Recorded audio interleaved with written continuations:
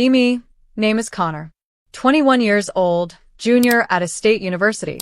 Majoring in business administration with a minor in economics. GPA is 3.7. Worked hard to keep it up. Planning to go to law school after graduation. Need to maintain good grades for applications. This semester, I need one more humanities elective to graduate. A look through the course catalog for something interesting. See a class called Gender and Society. 3 credits, Tuesday-Thursday schedule. Fits perfectly. Reviews online say it's discussion-based and thought-provoking. Figure it could offer a different perspective from my business classes. Sign up without thinking much about it. First day of class, I walk into the lecture hall. About 60 students, maybe 40 women and 20 men. Normal mix for a gender studies class, I assume. Professor walks in right at 10 a.m. Dr. Vivian Marshall, 52, been at the university for 22 years. Tenured full professor, published author, department chair. She's wearing a blazer covered in buttons. Smash the patriarchy. The future is female. Men are not the default. I think okay, she's passionate about her subject. Nothing wrong with that. She introduces herself and the course. Says this class will challenge everything we think we know about gender, power, and society. We'll deconstruct patriarchal systems. Examine how masculinity harms everyone. Learn to be agents of feminist change. I'm taking notes, keeping an open mind.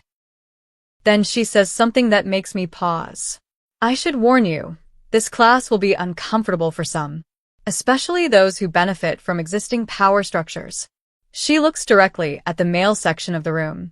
If you're a man, you'll be confronted with hard truths about how your gender has oppressed others for centuries.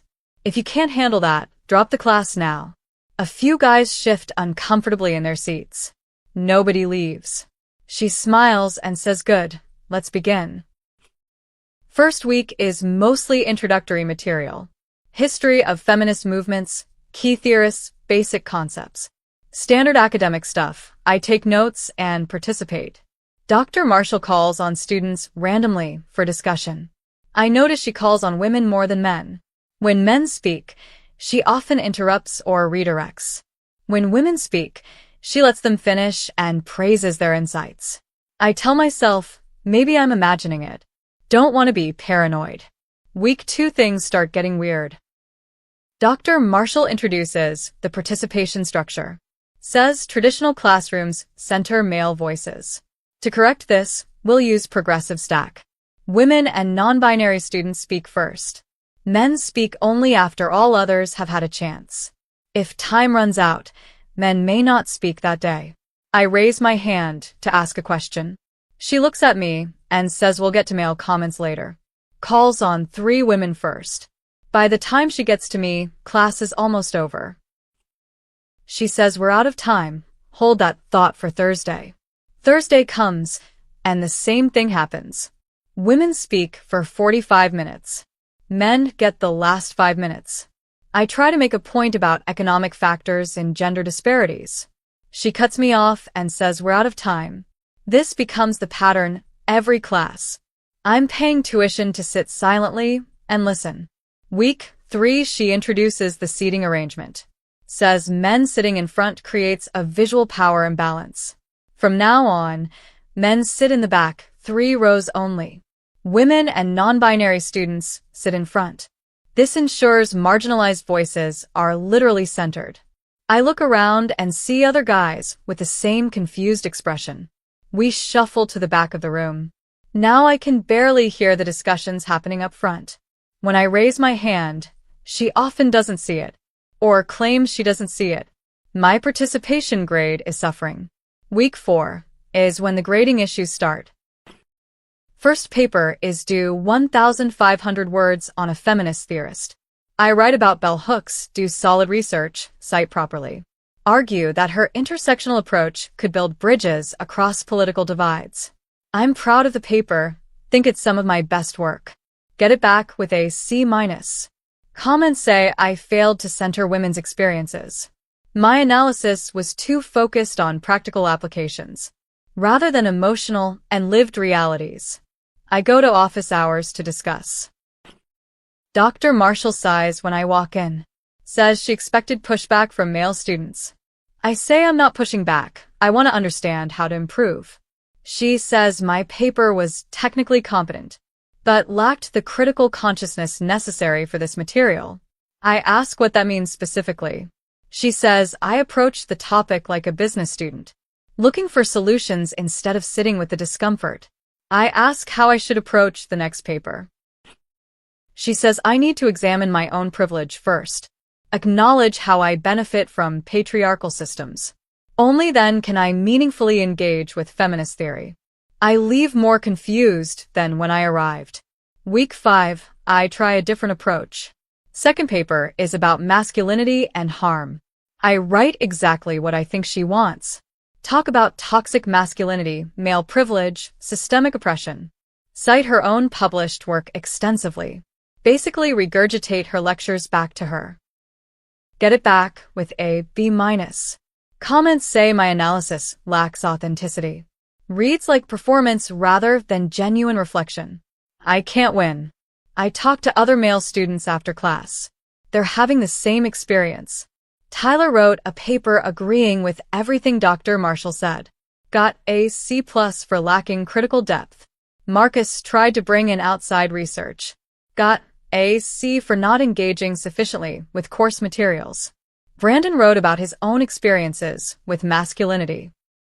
Got a B- for centering his male perspective. Meanwhile, the women in class are getting A's and B's for papers that aren't noticeably better than ours. I ask a female classmate named Alyssa to compare papers. She got an A on the same assignment. I got a C-. We read each other's work. She's a good writer, but so am I. Our papers are comparable in quality and argumentation. Only difference is our genders. She's uncomfortable with what this implies. Week 6, Dr. Marshall introduces a new assignment. Male students must write a public apology for the historical harm caused by patriarchy. Not apologizing for specific actions we've taken, but for the systemic privilege we embody. Apologies will be read aloud in class. Worth 10% of our final grade. I sit there stunned. I'm being asked to apologize for being born male. 4 things that happened before I was born. Things I had no part in. Tyler raises his hand. Asks if this is really appropriate for an academic setting. Dr. Marshall says discomfort with accountability is exactly the problem. Men have avoided responsibility for centuries. This assignment asks for the bare minimum of acknowledgement. Tyler asks what happens if we refuse. She says you receive 0 on the assignment, and a note in your academic file about resistance to course objectives. The room is tense. Women look uncomfortable too. This feels wrong to everyone. But nobody says anything. Week 7, I start documenting everything. Take detailed notes on every class. Who speaks for how long, who gets called on. Save every assignment and grade. Screenshot the syllabus, the policies, the instructions. Ask other male students to do the same. If we're going to fight this, we need evidence. The apology assignment is due this week. I struggle with what to write. Don't want to lie and perform fake guilt. Don't want to tank my grade either. I write something vague. Acknowledge that historical injustices occurred. Express commitment to treating everyone with respect. Don't apologize for existing as a man. Read it aloud, feeling sick to my stomach. Dr. Marshall nods, but looks unsatisfied. Gives me a C on the assignment. Comments say I deflected rather than truly apologizing. Tyler refused to write one at all. Gets a 0 and a note in his file. Calls it a matter of principle. I respect him, but worry about his grade. Week 8, the female students start speaking up.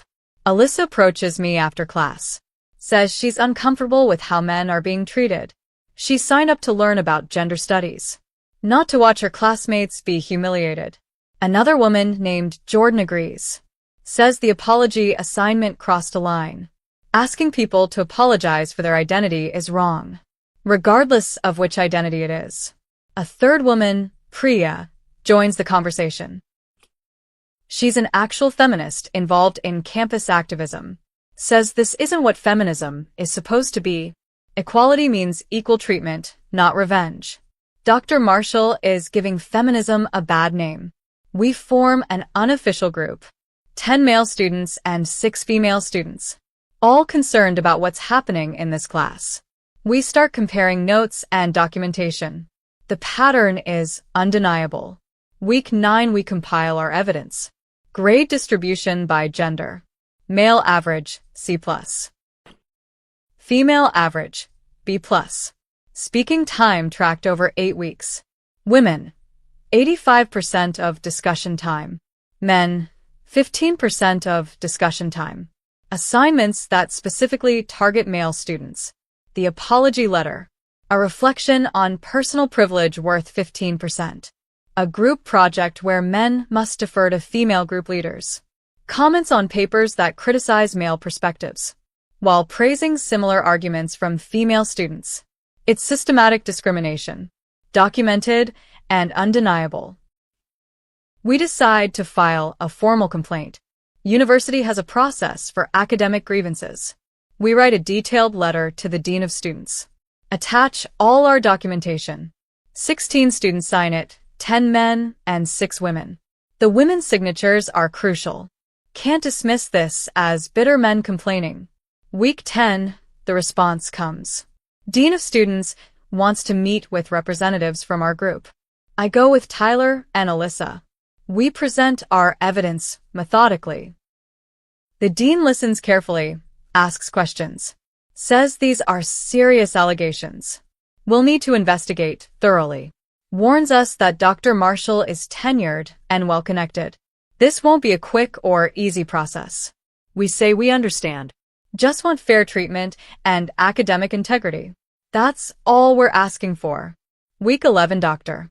Marshall finds out about the complaint. Don't know how, probably the dean had to inform her. Class that Tuesday is tense. She walks in looking furious. Starts lecturing about backlash against feminism. How men throughout history have resisted progress. How they weaponize institutions to silence women. She's clearly talking about us. Then she announces a new assignment. A reflection on accountability and resistance. Students will write about times they've seen people avoid responsibility for harm they've caused or benefited from. Due next week. The prompt is obviously directed at those who complained. She's retaliating. Week 12 the investigation heats up. University investigator interviews students from the class. Both complainants and others. Reviews our documentation. Also reviews Dr. Marshall's grading records going back several years. Turns out we're not the first to notice the pattern. Previous students complained informally, but never filed official grievances. The department always protected her. This time is different.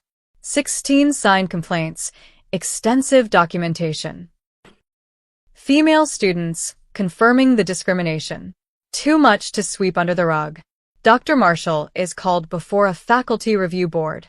I'm not in that meeting, but I hear about it. They confront her with the grade disparities.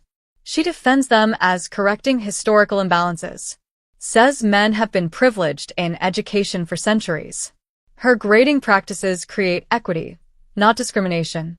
Board asks if she's saying she intentionally grades men lower. She says she holds men to higher critical consciousness standards, which effectively means the same thing.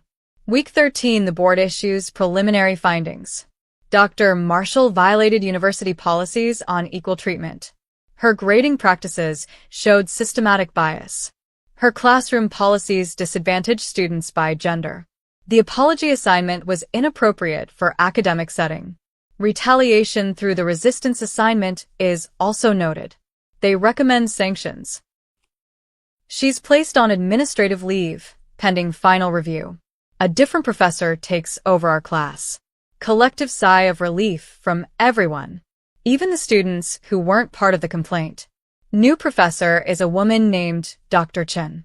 Teaches the same material without the ideology. Discusses gender issues academically, not as indoctrination. Calls on students equally regardless of gender. Grades based on argument quality, not identity. Class becomes actually educational. Week 14 we get our grades adjusted. University reviews all assignments from the semester. Independent evaluators regrade our papers blind, without knowing student genders. My C- paper gets upgraded to AB+. Tyler's C gets upgraded to an A-. Across the board, male grades improve significantly. Female grades stay roughly the same. Proves the bias was real and measurable. Dr. Marshall's defenders say we gamed the system. That we're fragile men who couldn't handle challenges. But the blind regrading speaks for itself. Same papers, better grades, when gender isn't known. That's not fragility, that's evidence. Week 15 finals happen. I finished the semester with a B+ in the class. Would have been AC if Dr. Marshall stayed. More importantly, my GPA is protected. Law school applications won't suffer. Dr. Marshall's case continues through spring semester. Final ruling comes in April. She's found in violation of multiple policies. Loses her position as department chair. Barred from teaching required courses. Can only teach elective seminars with oversight. Gets a formal reprimand in her permanent file. Some people think she should have been fired, but tenure protects her from that. At least she can't do this to future students. Not without supervision. Summer after the whole thing. I run into Alyssa on campus. She's doing summer research in the sociology department. We grab coffee and talk about what happened. She says the experience changed her perspective. She's still a feminist, still cares about equality. But now she understands that equality means equal treatment. Not just for women, for everyone. When you fight discrimination with discrimination, you're not fixing the problem, you're multiplying it. I tell her that's exactly what I learned too. Real equality isn't about revenge or redistribution. It's about treating individuals as individuals. Judging people by their actions and abilities. Not by their gender, race, or any other category. She nods and says Dr. Marshall forgot that. Got so focused on fighting patriarchy that she became the oppressor herself. Year later, I'm applying to law schools. Write my personal statement about the experience. About standing up against institutional unfairness. About building coalitions across differences. About the importance of due process and evidence. Get into 3 good schools, choose my top choice. The whole nightmare turned into a growth experience. Showed me what kind of lawyer I want to be. One who fights for fair treatment, regardless of who the victim is. See an article about Dr. Marshall recently. She's written a book about being persecuted for her feminist beliefs. Positions herself as a martyr attacked by the patriarchy. Doesn't mention the 16 students who complained. Doesn't mention that 6 were women. Doesn't mention the blind regrading that proved bias. Just claims she was silenced for speaking truth. Comment section is mixed. Some people praise her courage. Others who know the real story push back. I don't engage, not worth my energy. She'll believe what she wants to believe. The truth is documented regardless. I think about the whole experience often. What it taught me about justice and fairness. About how good intentions can lead to bad actions. How people convinced they're righteous can cause real harm. Dr. Marshall genuinely believed she was helping. Thought she was correcting centuries of injustice. But you can't correct injustice with more injustice. Can't fight discrimination with discrimination. Can't build equality by tearing some people down. Real progress requires treating everyone fairly. Even the people you think don't deserve it. Especially those people actually. Because fairness that only applies to some isn't fairness. It's just privilege with a different name. I have a younger brother starting college next year. Asked me for advice about handling difficult professors. I told him to document everything. Keep copies of every assignment, every grade, every comment. Build relationships with classmates across differences. And if something's wrong, speak up with evidence. Don't just complain, build a case. Find allies who share your concerns. Go through proper channels methodically. Most importantly, Don't let anyone make you feel guilty for who you are or how you were born. You're responsible for your actions, not for historical events you had no part in. Anyone who tells you otherwise is selling ideology, not education. He thanked me and said he felt better prepared. That meant a lot, honestly. The whole painful experience had value. If it helps him navigate the world more wisely, that's the best outcome I could hope for. Anyway, that's the story of how our feminist professor turned gender and society into smash the patriarchy, made men sit in the back and speak last, graded us lower for having male perspectives, made us write apology letters for existing, and watched her class mutiny against her. 16 students filed complaints with documentation. Investigation proved systematic bias. Blind regrading confirmed discriminatory grades. She lost her position and got formal sanctions, all because she forgot the basic principle that equality means equal, not equal for some and punishment for others, not revenge disguised as justice, not discrimination rebranded as equity, just plain old treating people fairly, based on who they are and what they do, not what category they were born into. She wanted to smash the patriarchy. But she just smashed her own credibility and taught us all a valuable lesson.